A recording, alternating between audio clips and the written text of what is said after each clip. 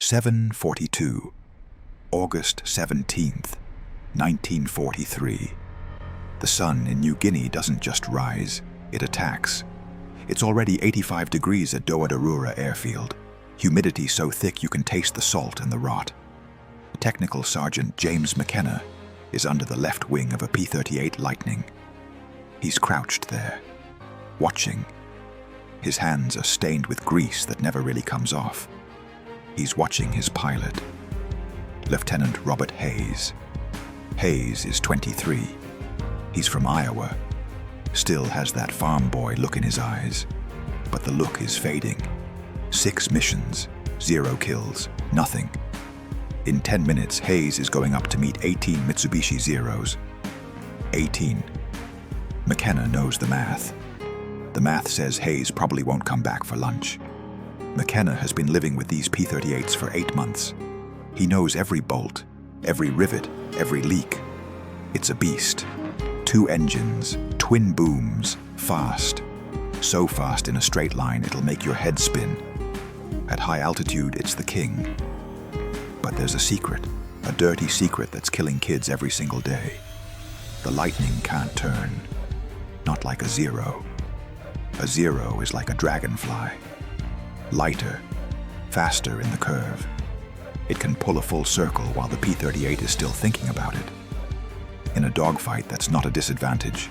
It's a death sentence. The big shots at the 5th Air Force have a doctrine. They call it hit and run. Dive in, shoot, get out, don't turn, never turn with a Zero. Simple, right? On paper, it's perfect. In the air? It's a lie. Hayes tried the doctrine. 5 times he followed the book. 5 times he almost died. The Japanese pilots, they aren't stupid. They know the book too. They bait the Americans. They force the turn. They cut inside and then it's over. 37 P-38s lost in 6 weeks. 37. That's a lot of empty beds in the barracks. McKenna sees them leave. He doesn't always see them come back. Sometimes they come back in boxes. Sometimes they don't come back at all. The training manual says it's pilot error. The instructors say follow the doctrine. They say the pilots are getting scared and making mistakes. McKenna knows that's horse crap. He knows it's not the pilots. He knows it's the machine. He's felt it. The P-38 has these long control cables. They run through the booms, all the way to the tail, then back to the wings. Pulleys, brackets, cables, and they're slack. Just a little, maybe 3/8 of an inch. A tiny bit of play in the system. To an engineer in California, it's nothing. To a pilot at 400 miles per hour, it's everything. You move the stick. You wait. Just a fraction of a second. A lag. A delay. The airplane feels mushy. It feels slow. At high speed, you don't notice. But when you're low, when you're fighting for your life in a hard turn, that fraction of a second is the difference between life and a fireball in the jungle, McKenna told the engineering officer. 2 months ago, he said the cables were loose. The officer looked at his clipboard. Specifications. That's all he cared about. He said the tension was within factory tolerances. He said if McKenna messed with it, he'd void the warranty. A warranty. In the middle of a damn war. He said modifying flight controls required approval from Lockheed. And Lockheed was 7,000 miles away. 7,000 miles. Pilots are dying now, not in 7,000 miles. So McKenna did it. He stopped caring about the manual. He stopped caring about the warranty. He found a piece of piano wire. Just a scrap from a wrecked plane, 6 inches long. He bent it. A Z shape. A simple little thing. He crawled into that boom and he put it on the cable. A tensioner. It took 8 minutes. 8 minutes to change the whole plane. It added less than half a pound of tension.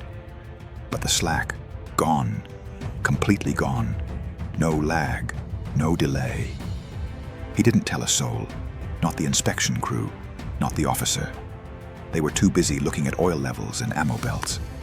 McKenna just stood there. He watched Hayes taxi out. the engines screaming, the dust blowing everywhere. He watched that P-38 lift off and vanish into the blue, heading toward the Zeros. McKenna's heart was in his throat. He knew what he'd done. He knew he'd broken every rule in the book. If Hayes crashed because of that wire, McKenna was going to prison, or worse. But he kept thinking about Lieutenant Chen. Chen was the first one McKenna lost. July 9th. Chen was from Sacramento. McKenna was from Long Beach. They used to talk about cars, about the Pacific Coast Highway. Chen was a good kid. 3 weeks in theater. He came back from a sweep with holes in his boom. He looked like he'd seen a ghost. He told McKenna the plane wouldn't move. He said he moved the stick, but the airplane just sat there. Just for a second. But a second is forever, when a Zero is behind you. Chen didn't fly that plane again. He got a different one. And 3 weeks later, Chen was dead over Rabaul. Caught in a turn. Couldn't roll out. Same story. McKenna heard it again and again.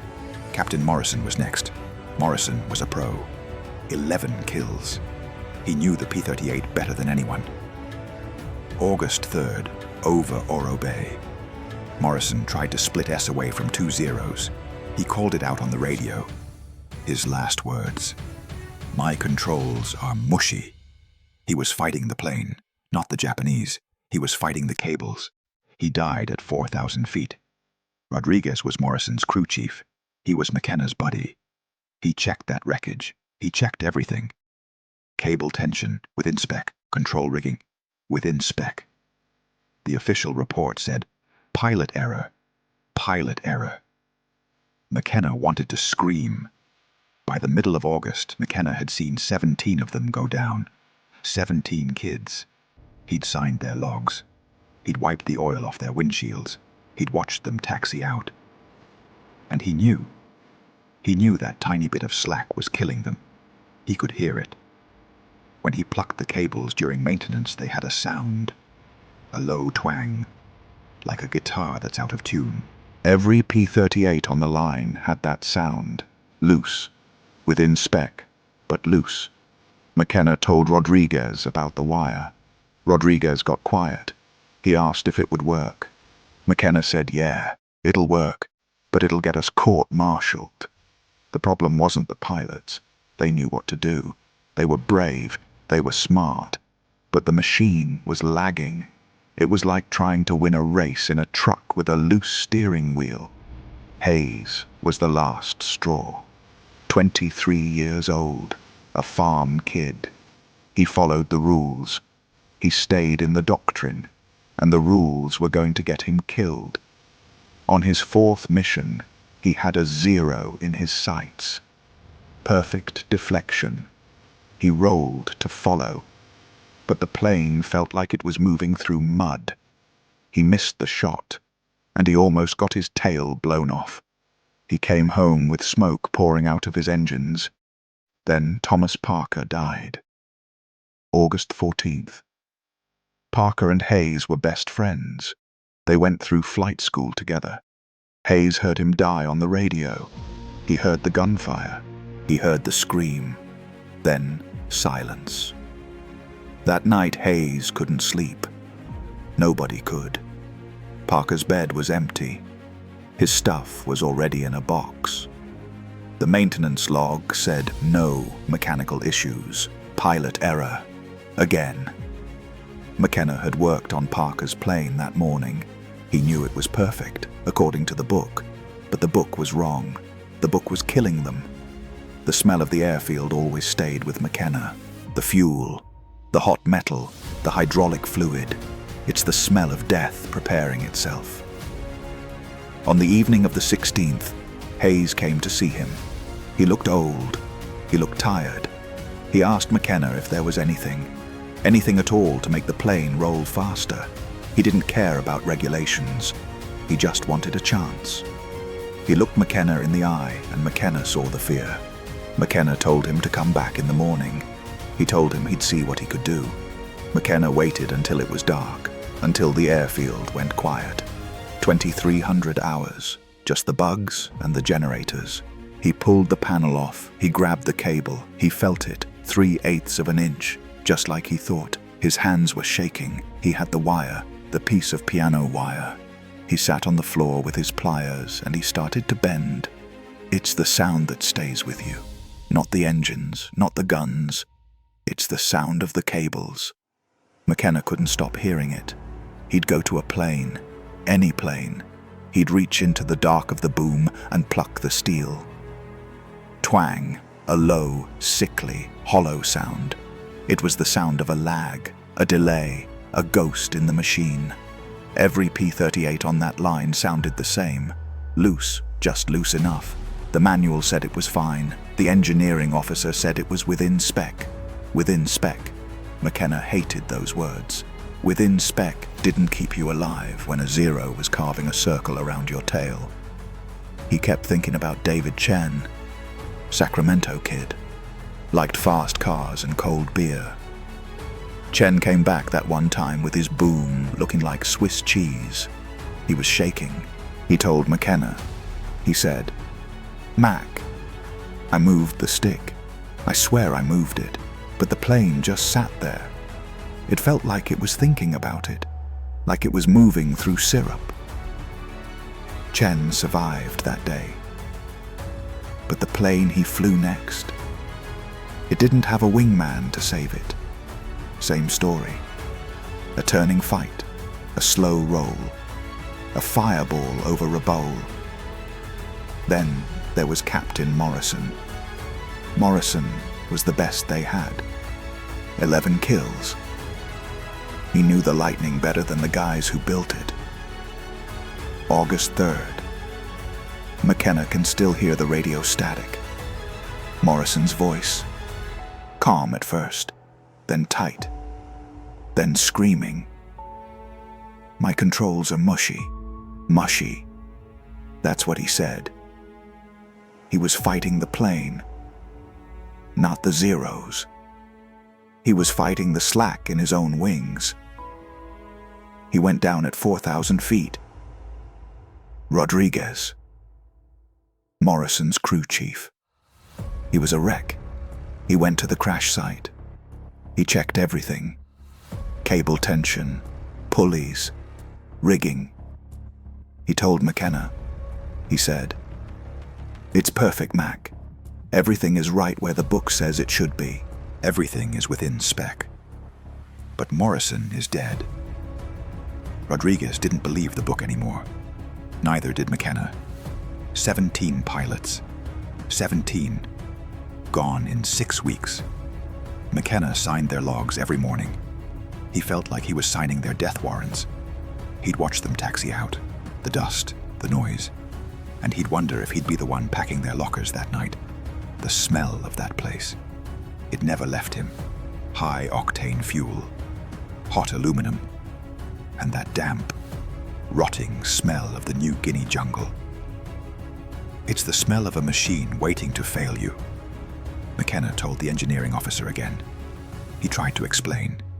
He said, "It's the lag. It's the tension. We need to tighten them up." The officer just looked at his specs. He said, "It's pilot error, Sergeant.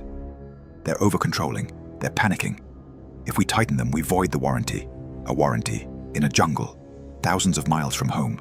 It was insane. It was murder." McKenna knew the pilots weren't panicking. They were fighting for their lives with a steering wheel that had a dead spot. He started carrying that piece of piano wire. Just a scrap. From a ground-looped wreck. He didn't know why yet. He just knew he couldn't keep plucking those loose cables and doing nothing. He talked to Rodriguez one night, behind the barracks. He told him about the wire. He told him he could fix it. Rodriguez looked at him like he was crazy. He said, "They'll court-martial you, Mac. They'll throw you in the brig and melt the key." McKenna didn't care. He looked at the empty bunks in his hut. He looked at the letters on the tables that would never be finished. He thought about Hayes. Hayes was 23, a kid from Iowa who did everything by the book. and the book was going to kill him.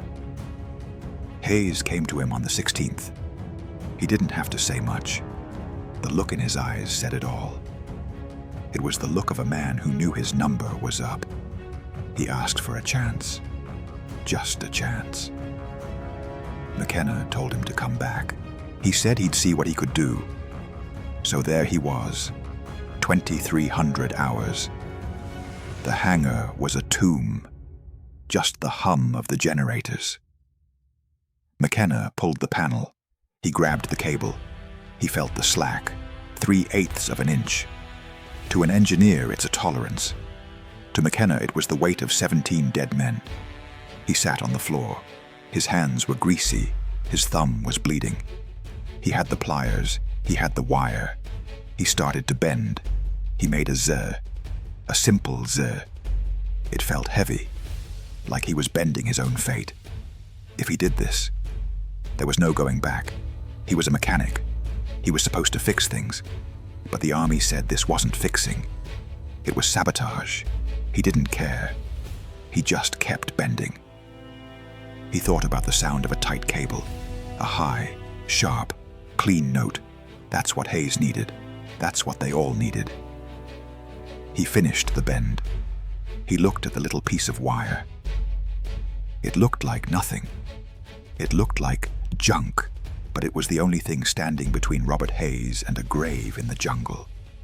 He stood up. His knees popped.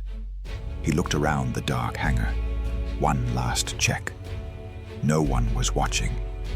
Just the ghosts of Chen and Morrison. He reached into the boom. He felt for the pulley. It was time to stop plucking and start fixing. The air in New Guinea doesn't just sit, it rots. It smells like aviation fuel and dead things. Always. But on the night of August 14th, it smelled like failure. Thomas Parker was gone, 21 years old. Boston kid, a lot of energy, a lot of life. Just gone. 1 minute he's on the radio, panic in his voice, screaming that the plane won't turn, that it won't respond. Then, gunfire, static, silence. That silence is the loudest thing you'll ever hear. Robert Hayes heard it. He heard his best friend die because a bunch of engineers in California cared more about a warranty than a life. That night, nobody slept. You could feel it in the barracks, the empty bed, the silence.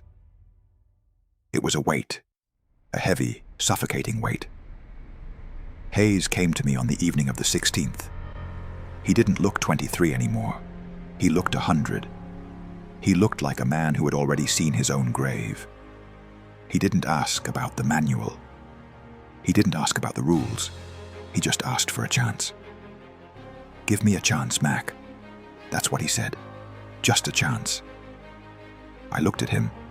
I saw Chen. I saw Morrison. I saw Parker. I saw 17 kids who followed the rules and ended up as smoke over the jungle. I told him to come back in the morning. I told him I'd see. But I already knew. I already knew what I had to do. I waited until 2,300 hours. The hangar was a tomb, dark, humid. The only sound was the generators and the bugs hitting the lights. Thump, thump, thump. My heart was doing the same thing. I went to Hayes's P-38, the left boom. The metal was still warm, like it was alive. I pulled the inspection panel. I reached in. I felt the cable, 3/8 of an inch of slack. It felt like a trap. I had the wire, the piano wire. I'd taken it from a wreck 2 weeks ago. High tensile steel, strong, unforgiving. I sat on the cold hangar floor with my pliers. My hands were shaking. I wasn't just bending wire. I was bending the law. I was committing a crime. If they found me, court-martial, dishonorable discharge, prison, or worse. But then I thought about Parker's empty bed, and the shaking stopped. I bent the wire, a Z shape. It was stiff. It fought me. It cut my thumb. I didn't care. The blood made the pliers slippery. I wiped it on my coveralls and I kept going. 8 minutes. That's all it took. 8 minutes to fix what the genius engineers couldn't. Installing it was the hard part. The space inside that boom. It's tight. It's a coffin.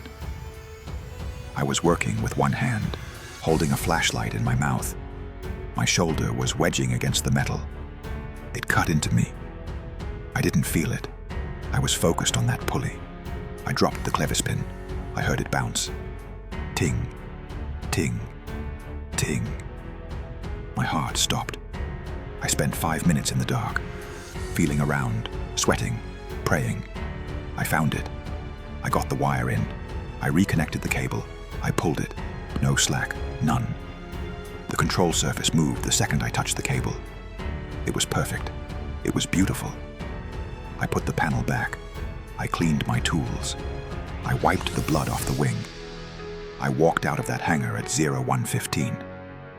The night was still. I felt like a ghost. I'd just committed sabotage in the eyes of the army. But in my heart, I'd given a kid a shield. I went to my bunk. I didn't sleep. I just watched the ceiling, waiting for the sun, waiting for the engines, waiting to see if my sin would save a life or end one. I could hear the Japanese night raiders in the distance, that low drone. It made my stomach turn. I kept thinking about the wire. Was it enough? Was it too much? If it snapped in a dive? Hayes would go straight into the ground. I'd be his executioner. But if I did nothing, he was already dead. The math was simple. The risk was everything. I saw the first light of dawn, gray, cold. I walked to the flight line. I watched them fuel the plane. I watched Hayes walk out. He looked at me. I didn't say a word. I couldn't. I just nodded. He climbed in. The engines started. That twin-engine roar. It usually sounds like power.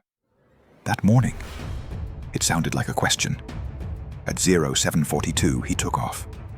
I stood there until the tail disappeared into the clouds. And then, I waited. The waiting is the worst part. You count the minutes. You listen for the radio. You look at your greasy hands and you wonder if you're a hero or a criminal. The sun got higher. The heat started to burn. And somewhere over the Gulf, Robert Hayes was about to find out what a piece of piano wire was worth. He was flying number 3. 4 P-38s against 9 zeros. The odds were standard. The outcome was supposed to be standard. But nothing about that day was going to be standard. I sat on an ammo crate and I waited. I thought about Sacramento. I thought about Long Beach. I thought about all the things we were going to do after the war. If there was an after the war. The radio in the ready room started to crackle. Voices, distant, excitement, not the usual panic. Something was different. I could hear the element leader. He was calling out a bounce. They were diving. This was it. This was the moment. I closed my eyes and I prayed for that wire to hold. I prayed for the Z-shape. I prayed for the kid from Iowa. Because if he didn't come back, I was going to follow him to the brig. And I wouldn't even fight it. I'd deserve it. 8:14, Huon Gulf. The sun is at their backs. Perfect. Hayes is flying number 3. He sees the zeros. 9 of them, just cruising. They don't know he's there. He rolls in. He pushes the nose down. The speed builds. 300, 350, 380. Usually at this speed, the P-38 feels like a brick. You want to turn? You have to wrestle it. But not today. Today, something is different. Hayes picks a 0, the one at the back. He gets close. He sees the red circle. He sees the pilot's head. He squeezes the trigger. The guns scream. 5 machine guns and a cannon. It's like a hammer hitting a tin roof. Tracers everywhere. He hits the wing. The 0 rolls. It dives to escape. Normally, this is where Hayes loses him. This is where the lag kills the shot. But Hayes follows. He moves the stick. And the plane. The plane snaps. It doesn't wait. It doesn't think. It just rolls. Right now. Right then. Hayes has never felt anything like it. It's like the plane is part of his own body. He gets the nose down. He fires again. A 3-second burst, right into the cockpit. The Zero's engine just quits. Then it explodes. Fire. Black smoke. Pieces of metal flying past the canopy. His first kill. But there's no time. His wingman is screaming. Zero's coming down. 3 of them. They saw him. They want him. Hayes pushes the throttles. He tries to climb. But they're too fast. They're closing. He has to turn.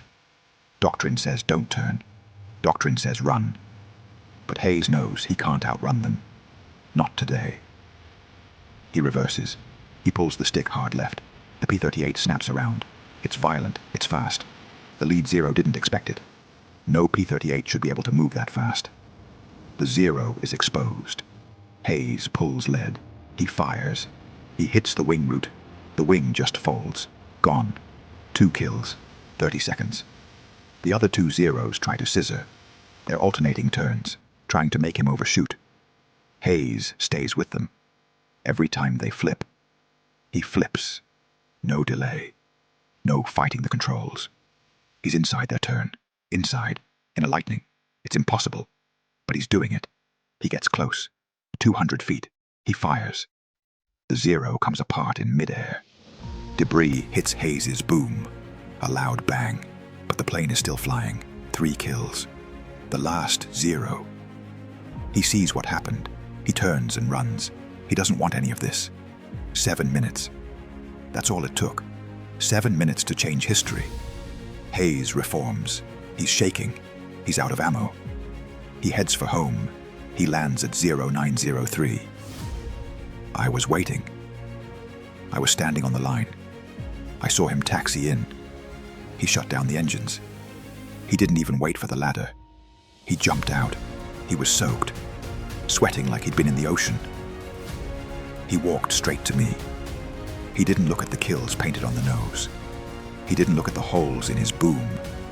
He just looked at me. It worked. That's all he said. It worked. I felt the weight leave my chest. I felt like I could breathe for the first time in weeks. But we weren't alone. Captain Frank Mitchell saw the whole thing. He was at 15,000 feet. He saw a P-38 outturning Zeros. He knew it shouldn't happen. He found Hayes in the debriefing room. He asked him. "What happened?" Hayes told him. "Talk to Mac." Mitchell found me 2 hours later. I was covered in grease, working on another plane. He didn't yell. He didn't talk about court-martials.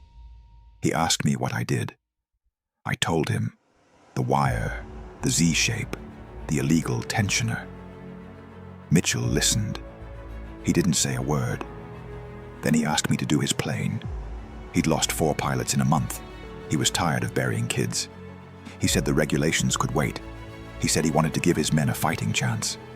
So I did it. I modified Mitchell's plane that night. Same wire, same 8 minutes. He flew it the next day. He came back raving. He told his wingman. The wingman told his crew chief. By August 20th, I'd done 9 planes. Word was spreading. Not through the officers, through the grease monkeys, through the guys who actually turn the wrenches. We called it the wire mod. It was a secret, a cult. Crew chiefs were showing each other how to bend the Z, how to hide it from the inspectors. We'd pull them out before the official checks and put them back in after. It was a game, a dangerous game. But the kills, they were real. Hayes got 2 more on the 22nd. Mitchell got 3 on the 25th. The numbers were shifting. We were losing fewer pilots. We were winning. And all because of a 6-inch piece of piano wire that wasn't supposed to be there. We were rebels. We were criminals. But we were bringing our boys home. The Japanese felt it first. Late August. They knew something was wrong. They didn't know what, but they felt it. The P-38 wasn't moving like a bus anymore. It was moving like a ghost. Their flight reports started changing. They said the Americans were aggressive. They said the lightnings were reversing too fast, snapping, rolling, breaking the laws of physics. Saburo Sakai, the ace, 64 kills. He knew every trick in the book.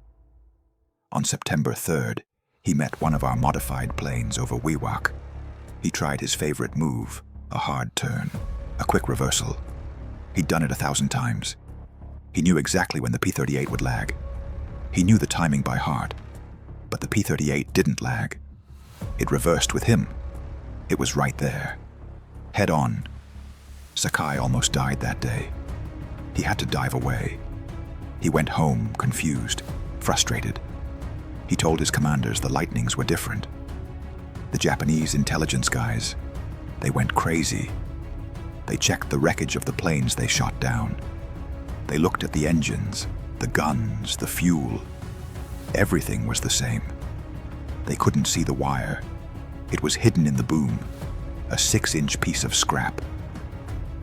Even if they saw it, they wouldn't understand. They were looking for a new weapon. They weren't looking for a mechanic's middle finger to the manual. By late September, the ratio was dead even. Then it flipped. For the first time in the war, the P-38 was the hunter. The zero. It was the prey. The Japanese pilots started to get scared. They stopped pressing attacks. They became hesitant. You can't fight a ghost you don't understand. In October, an inspector at Doadorura noticed something. He saw the tension readings were wrong. He found the wire in a plane. Then another. Then another. He wrote a report. The big shots debated it for weeks. They wanted to punish the mechanics. They wanted to talk about regulations, sabotage. But the kill counts were right there on the wall. They couldn't ignore the math. In November, Lockheed sent an engineering team. They looked at my Z-wire. They measured it. They tested it. They said it was safe. They said it was brilliant. And then, they took it. They put a similar system into the P-38J model. They put it into production in December. They called it engineering analysis. They called it progress. My name? McKenna. It wasn't in the report. Not once. I didn't get a medal. I didn't get a pat on the back. I just got my tools. The war ended. Hayes went back to Iowa. He grew corn. He flew crop dusters for 37 years. He married his girl. He had 4 kids. Every year. Every single year. On August 17th, the phone would ring in my garage. It was Hayes. He'd just say thank you. He'd say thank you for the wire. I went back to Long Beach. I fixed cars. I didn't talk about the war. To my neighbors, I was just the guy with grease under his fingernails. Just a mechanic. In 1991, a historian found my name. He found the old logs. He tracked me down in my garage. I was 73. He asked me about the wire. He told me he figured I saved 100 lives, maybe more. 100 pilots who didn't go down in flames. I told him I didn't count. I just remembered the ones who came back. Hayes, Mitchell, Rodriguez.